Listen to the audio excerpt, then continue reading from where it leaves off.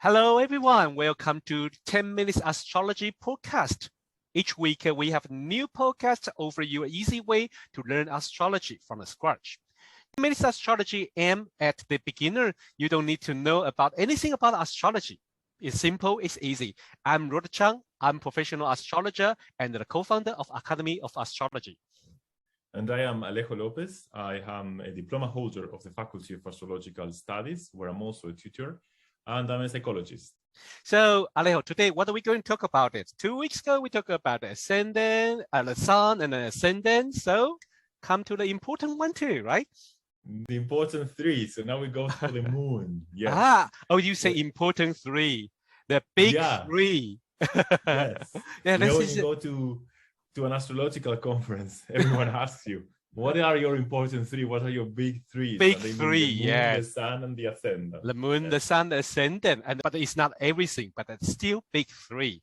So when we think about the moon, what we would talk about, okay, the basic meaning is like the sun or the ascendant. So the moon in your chart is described your birth moment, the moment you're born, the moon's position on the zodiac. Okay, that's exactly. Your moon sign.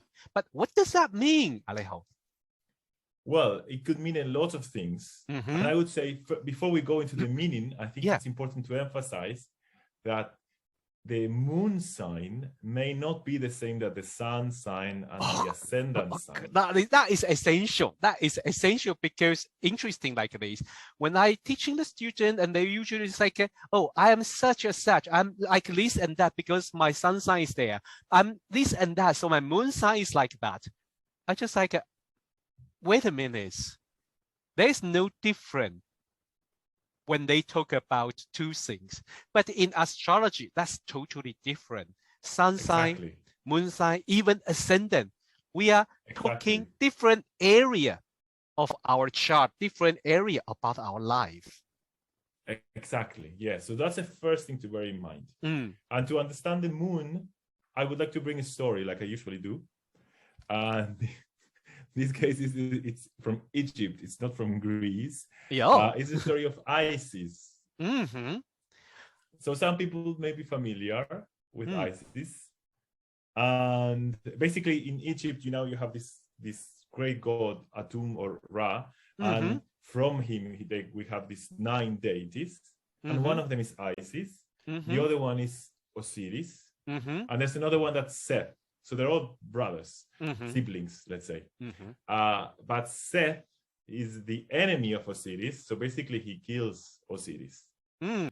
And Isis is the wife of Osiris. So Seth, when he kills Osiris, he cuts it into different pieces. And he spreads all of the pieces around so that he cannot be resurrected. So Isis has to go and find each piece, bring them together, then she sleeps with him and she gets pregnant and she's going to give birth to a great god which is called Horus. Horus, yes. But then Isis was also considered the mother of the emperor, of the pharaoh. You don't say emperor, of the pharaoh in Egypt. So that tells us a lot about the moon, I think. The moon is this character that's trying to gather all of these parts of Osiris in order to create life, to nourish life. And she's the mother of the pharaoh. So I think it has to do with the idea of the mothering and nurturing the light, the Horus, the pharaoh, the light of Egypt. Also, she has to protect Horus. When Horus is born, she has to protect Horus because Seth wants to kill Horus. So there's also this idea of protection within the story of the moon. I think usually when we talk about the moon, we think about the mother, right? Mother figure. And so that's like when people talk about sun, they think about father or important people in their life. But when we talk about moon, we talk about a mother or caretaker, more precisely, for modern world, not everyone have mother, but they have caretaker. So, and it's quite interesting because this word, but like you talk about Isis, and it's the mother figure. And I think when we talk about some mythology, we talk about the Leto and Apollo. But nevertheless, we should not ignore, we should mention about Apollo's sister, Artemis, the moon goddess. And according to mythology, she was the firstborn, so she helped her mother to give birth, because we talk about he was born for 9 and 9 days. During this 9 and 9 days, she take care of her mother and she helped give birth of Apollo. So she's a helper of give birth and look after the child and the caretaker. So it's quite important. And also, I think when we go back to what you're talking about, but nevertheless, one thing we should not forget is the Artemis is also the goddess of the wildlife, animal. So that's different between sun and moon. Sun is consciousness, is a civilization, but moon is animal kingdom, is our animal instinct, or is our automatic behave. And it's also, I mean, we relate the moon with the night. Yes. So something kind of darker or hidden, not so easily grasped. So like the sun comes out, and we can see everything. Everything becomes so clear. Yeah. So I think it's also maybe related. It's quite interesting because there's so many goddesses in the mythology related to moon. I think Isis and the Artemis is not only two, right? Right, exactly. So because the moon changes her face according to what we see, sometimes she was related to 3 different goddesses. So Artemis is kind of the crescent moon. It's like the young moon. It's alive and full of energy, and what you said, like in touch with nature and the idea of the thriving nature. The full moon is Demeter. So this is kind of the wise, mature moon. And Demeter, maybe some people say Demeter, maybe the root of the name is connected to the word mater, which is mother. Okay. I'm not sure if this could be right, because mater, I think it's more Latin than Greek, but it does make like a similar noise. And Demeter is kind of the Mother Earth, you know, she's the goddess that will give us the fruit and the food from the earth. And then the last one, the waning moon, it's Hecate. So this one we don't hear very often, right? It's like a darker, it's like when the moon is going dark, so it's like a fearful kind of side of the moon. It's Hecate also was a sorceress. Yes. Yeah, sorry. No, you were gonna say something. Oh yeah, because I think it is like, I was follow the timing, the age. So the young lady and mother. So the Hecate could be older lady. Exactly. Yes.